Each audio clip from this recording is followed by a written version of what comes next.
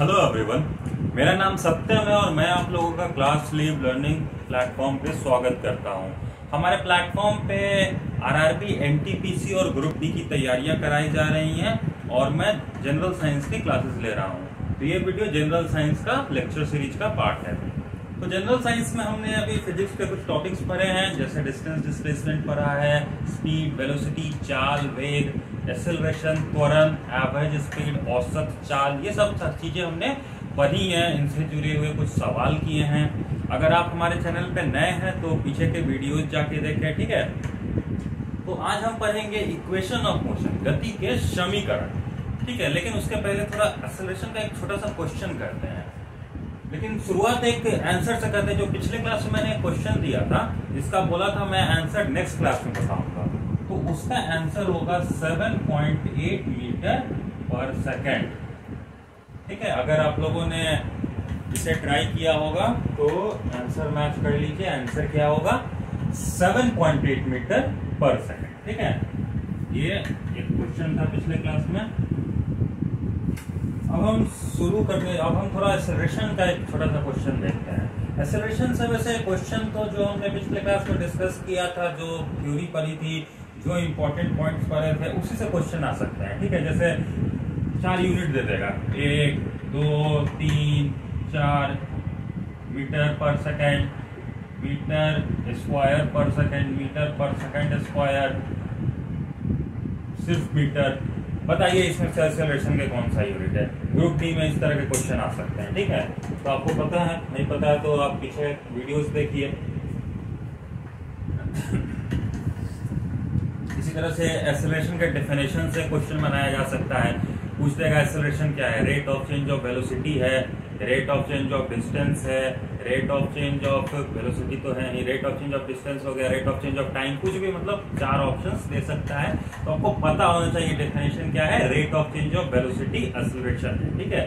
तो group D में इस तरह के छोटे छोटे क्वेश्चन आ सकते हैं। लेकिन एनटीपीसी में हो सकता है, एनटीपीसी में भी इसी तरह के क्वेश्चन आएंगे, लेकिन हो सकता है कि एक्सेलरेशन से जुड़ा हुआ एक न्यूमेरिकल दे दे। तो हम एक न्यूमेरिकल डिस्कस कर दे रहे हैं, छोटा सा एक आसान सा न्यूमेरिकल आ सकता है, ठीक है। तो आपको तैयार रहना है हर तरह से, तो इसलिए हम न्यूमेरिकल एक डिस्कस कर दे रहे हैं। तो न्यूमेरिकल डिस्कस करने के पहले देखिए एक्सेलरेशन के बारे में एक रिवीजन कर लेते हैं। एक्सेलरेशन हमने क्या पढ़ा था? Rate of change of velocity, rate of change of velocity. Acceleration को किससे डिनोट करते हैं? ए से। ए से एक्सेलरेशन को डिनोट करते हैं। तो एक्सेलरेशन क्या होता है? Rate of change of velocity, मतलब v minus u by T, जहां पे v क्या होता है? Final velocity. फाइनल वेलोसिटी मतलब अंतिम वेग। क्या होता है? अंतिम वेग, जो एकदम अंत का वेलोसिटी है। और u क्या होता है? Initial velocity.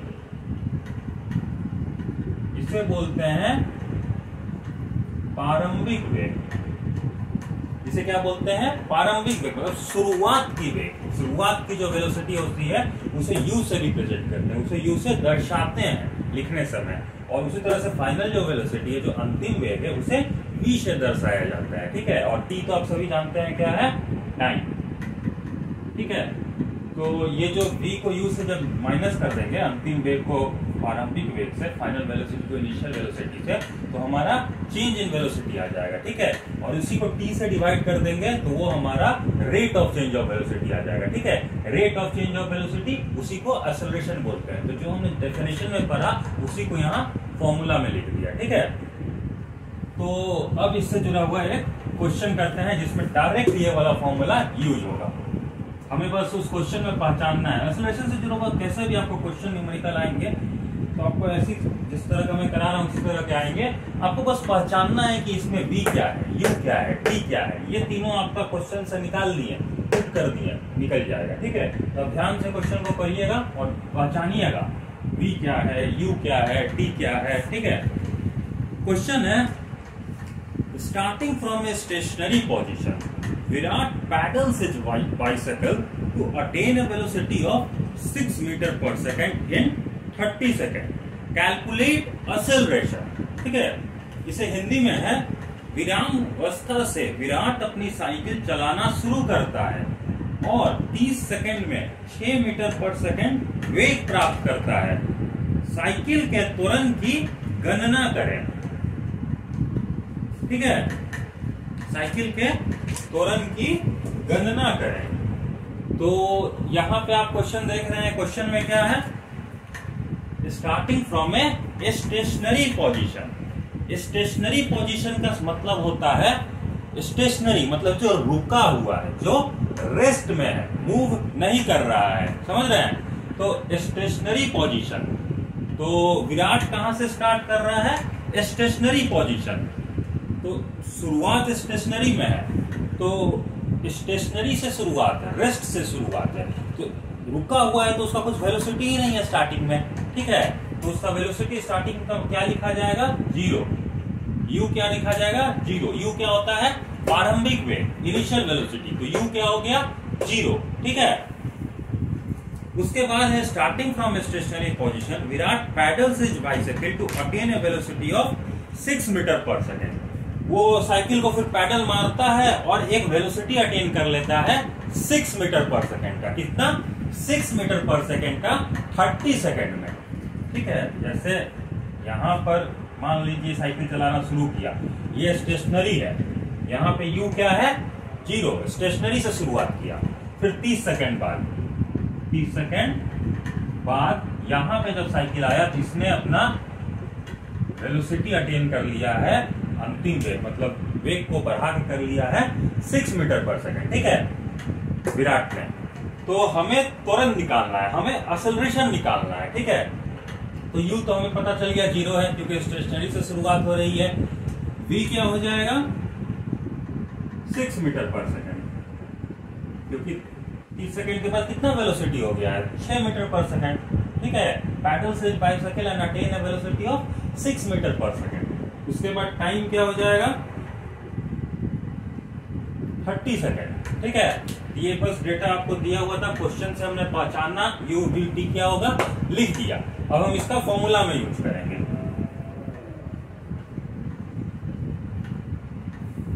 फॉर्मूला क्या है,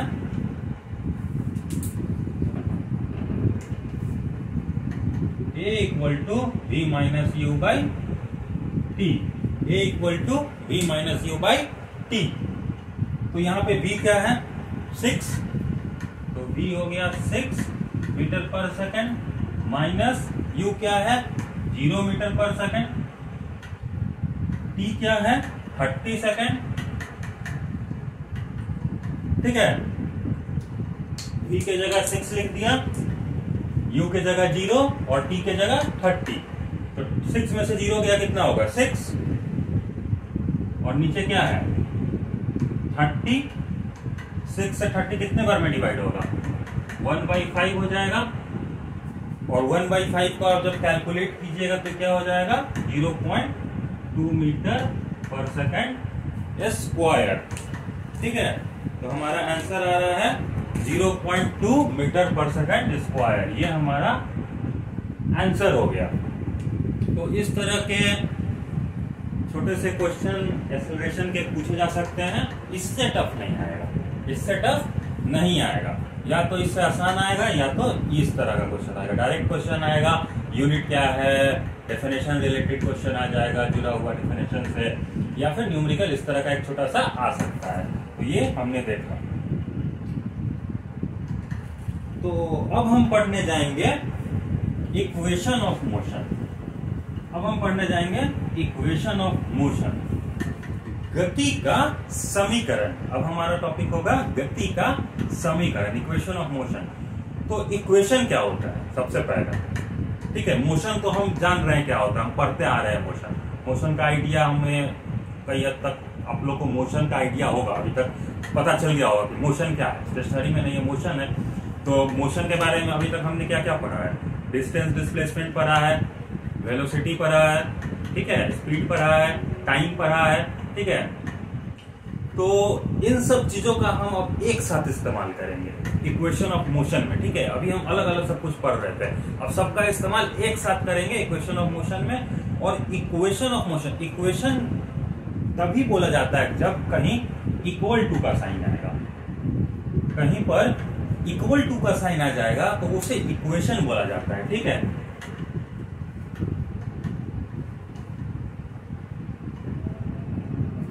जैसे इक्वेशन के राइट हैंड साइड मतलब इस साइड, राइट हैंड साइड मतलब right hand side, left hand side मतलब इसके लेफ्ट साइड में जो कुछ चीजें हो, इधर क्या हो इधर क्या हो उससे मतलब नहीं है, बस इक्वल टू जहां आ जाएगा। मान लीजिए जैसे लिखा मैंने 2x + 5 = 6, ये एक इक्वेशन है क्योंकि इक्वेशन के लेफ्ट साइड में कुछ है, वेरिएबल कुछ है, इसके राइट साइड में कुछ है। ठीक है, तो इक्वल टू का साइन जहां आ गया उसे इक्वेशन बोलते हैं। तो अभी इतना हमें नहीं जानना है, हमें पढ़ना है बस इक्वेशन ऑफ मोशन।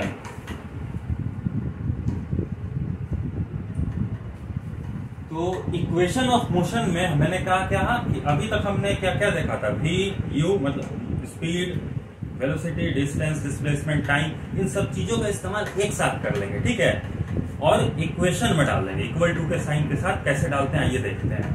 तो शुरुआत करते हैं पहले कुछ सिंबल के साथ।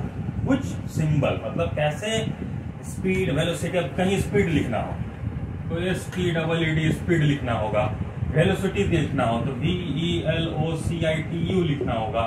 ठीक है, डिस्टेंस लिखना हो तो DISTANC डिस्टेंस लिखना होगा, टाइम TIME टाइम लिखना होगा।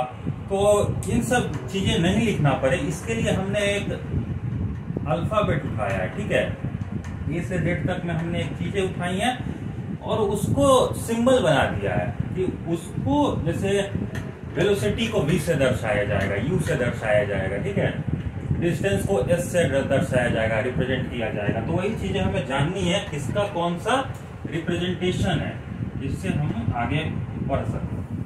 जैसे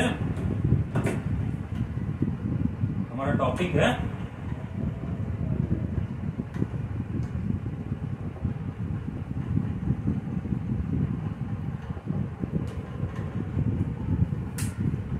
इक्वेशन ऑफ मोशन, गति का समीकरण। ठीक है, तो हमें इक्वेशन ऑफ मोशन पढ़ना है, गति का समीकरण। तो हम सबसे पहले जानते हैं u क्या होता है। u होता है इनिशियल वेलोसिटी। u क्या होता है? इनिशियल वेलोसिटी, जिसे हिंदी में कहते हैं प्रारंभिक वेग। हिंदी में क्या कहते हैं?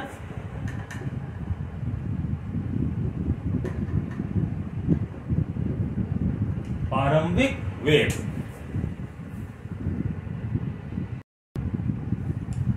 तो u इनिशियल वेलोसिटी प्रारंभिक वेग, v हो जाता है फाइनल वेलोसिटी अंतिम वेग। अंतिम वेग को किससे रिप्रेजेंट करते हैं, किससे दर्शाते हैं? v से।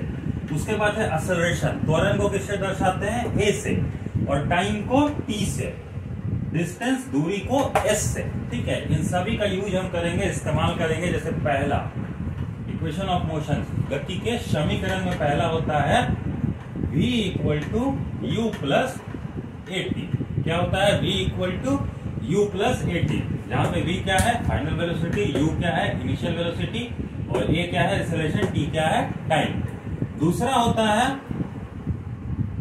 s = ut + ½ at²। दूसरा क्या होता है? s = ut + ½ at²। जहां पे s क्या हो गया? डिस्टेंस, u क्या हो गया? इनिशियल वेलोसिटी, t क्या हो गया? टाइम, a क्या हो गया? एक्सेलरेशन, त्वरण, और t फिर क्या हो गया? टाइम। ये हमारा दूसरा इक्वेशन ऑफ मोशन इसे बोलते हैं। फिर तीसरा है v² = u² + 2as। ठीक है, तीसरा इक्वेशन ऑफ मोशन क्या है?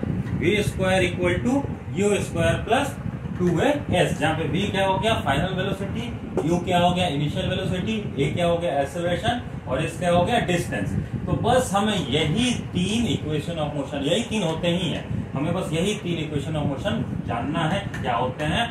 बस हमने वो जाना कि किसको किससे रिप्रेजेंट किए हैं, और इक्वेशन ऑफ मोशन हमने जान लिया। ठीक है, यही गति के समीकरण कहलाते हैं। ठीक है, तो इससे जुड़े हुए कैसे क्वेश्चन आपको आएंगे? ठीक है, इससे जुड़े हुए क्वेश्चन आपको ग्रुप डी में तो इक्वेशन ऑफ मोशन से क्वेश्चन बहुत कम ही आया है, मुझे नहीं लगा है कभी आया है। ग्रुप डी में नहीं आ सकता है, मतलब आ सकता है, बहुत सिंपल सा क्वेश्चन पूछेगा। जैसे ये तीन इक्वेशन ऑफ मोशन दे देगा, एक चौथा भी कुछ और दे देगा, चौथा भी कुछ और दे देगा, v equal to u plus t. बताइए इसमें से कौन इक्वेशन ऑफ मोशन नहीं है? तो जब आपको पता होगा कौन है तो आपको पता ही चल जाएगा कौन नहीं है। ठीक है, तो इस तरह के छोटे छोटे क्वेश्चन पूछे जा सकते हैं इक्वेशन ऑफ मोशन से।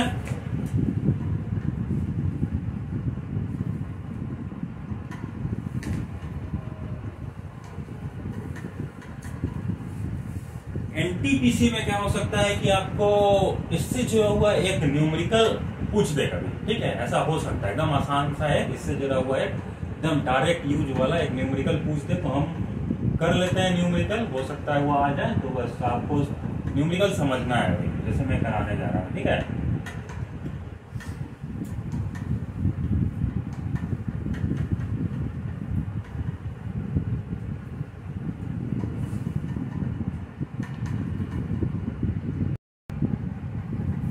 तो आपका न्यूमेरिकल है what is the displacement of a car that goes from 6 metre per second to 12 metre per second with an acceleration of 0.5 metre per second square. Hindi में ये क्वेश्चन आपका है 0.5 मीटर पर सेकेंड स्क्वायर के त्वरण के साथ 6 metre per second से 12 metre per second तक जाने वाली कार का विस्थापन क्या होगा। और यहाँ पर आपके ऑप्शंस हैं 36 मीटर, 72 मीटर, 108 मीटर और 144 मीटर। ठीक है, तो इसमें आपको इक्वेशन ऑफ मोशन की जरूरत पड़ेगी, गति के समीकरण जो अभी हमने पढ़ा उसकी जरूरत पड़ेगी। तो ये क्वेश्चन है पढ़िए, what is the displacement of a car, मतलब हमें डिस्प्लेसमेंट निकालना है, हमें विस्थापन निकालना है सवाल में। उसके बाद बोला है that goes from 6 metre per second to 12 metre per second. जो कार जो है 6 मीटर पर सेकेंड से 12 मीटर पर सेकेंड तक जाती है। ठीक है, किस एक्सेलरेशन के साथ? 0.5 मीटर पर सेकेंड स्क्वायर के साथ। तो कार जो है आपकी इनिशियल वेलोसिटी क्या है? 6 मीटर पर सेकेंड, मतलब यहां से जाती है कहीं और 6 मीटर पर सेकेंड से 12 मीटर पर सेकेंड। तो शुरुआत तो 6 मीटर पर सेकेंड से हुआ ना, और जा कहां रही है? 12 मीटर पर सेकेंड। तो यहाँ पे अंत हुआ, तो शुरुआत की वेलोसिटी प्रारंभिक वेग यानी इनिशियल वेलोसिटी क्या हो गया? 6 मीटर पर सेकेंड, और अंतिम वेग मतलब फाइनल वेलोसिटी क्या हो गया? 12 मीटर पर सेकेंड। ठीक है, और उसके बाद है एक्सेलरेशन। तो ये एक्सेलरेशन हमारे क्या है? डायरेक्ट क्वेश्चन में दिया हुआ है with an acceleration of 0.5 metre per second square. Direct त्वरण दिया हुआ है, एक्सेलरेशन दिया हुआ है 0.5 मीटर पर सेकेंड स्क्वायर। ठीक है, और बस इतना हमें दिया हुआ है। हमें निकालना है डिस्प्लेसमेंट, हमें निकालना है डिस्प्लेसमेंट। तो इक्वेशन ऑफ मोशन लिख देते हैं पहले तीनों। v equal to u plus a t, s equal to u t plus half a t square, v square equal to u square plus 2s। तो ये जो हमें दिया रहेगा इसके अनुसार हम देखेंगे कि इन तीनों में से कौन सा हमें यूज में आएगा, कौन सा हम इस्तेमाल करेंगे। ठीक है, तो पहला क्या है? v equal to u plus a t. तो हमारे पास v है, चलिए u है, u भी है, t कहीं दिया है क्वेश्चन में क्या? t नहीं है। जहां एक से ज्यादा चीज हमारे पास t ना हमें निकालना है ना दिया हुआ है। ठीक है, t ना हमें निकालना है ना दिया हुआ है, तो ये वाला इक्वेशन ऑफ मोशन यूज नहीं होगा। ठीक है, ये वाला इक्वेशन ऑफ मोशन यूज नहीं होगा। अब दूसरा देखते हैं, दूसरा है एस हमें निकालना है। चलिए ठीक है, निकालना है। एक से ज्यादा निकालना रहेगा तब भी इस्तेमाल नहीं करेंगे उस गति के समीकरण को, उस इक्वेशन ऑफ मोशन को इस्तेमाल नहीं करेंगे अगर एक से ज्यादा चीजें हमें निकालनी है। तो एस निकालना है, अभी एक ही निकालना है। यू दिया हुआ है, टी ना निकालना है ना दिया हुआ है, तो गड़बड़ आ गया, एस के साथ टी भी आ गया, ये वाला भी यूज नहीं करेंगे। तीसरा इक्वेशन ऑफ मोशन क्या है? V square equal to u square plus 2as। क्या है? v square equal to u square plus 2as। यहाँ भी दिया हुआ है, u दिया हुआ है, 2 नंबर है, a दिया हुआ है, s निकालना है। ये वाला यूज करेंगे, ये गति के समीकरण हम यूज करेंगे। ठीक है,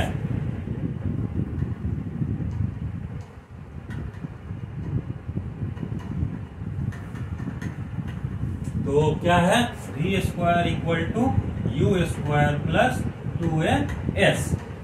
ठीक है, तो बस अब जो जो दिया हुआ है इस इक्वेशन ऑफ मोशन में पुट करेंगे। कैसे,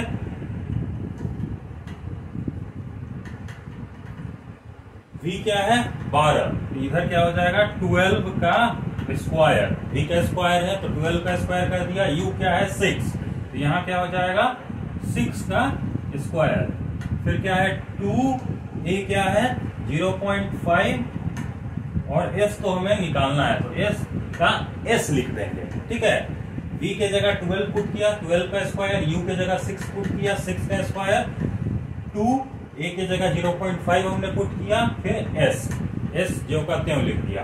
12 का स्क्वायर करेंगे, 12 को 2 बार ऐसे कर देंगे, 12 इंटू 12, तो क्या हो जाएगा 2 2 जो 4, 2 1 जा 2, 1 2 जा 2, 1 1 जा 2, क्या हो जाएगा 1 1 जा 1, 2 2 4, 144 आएगा 12 का स्क्वायर करने पर, यहाँ 144 लिख देंगे।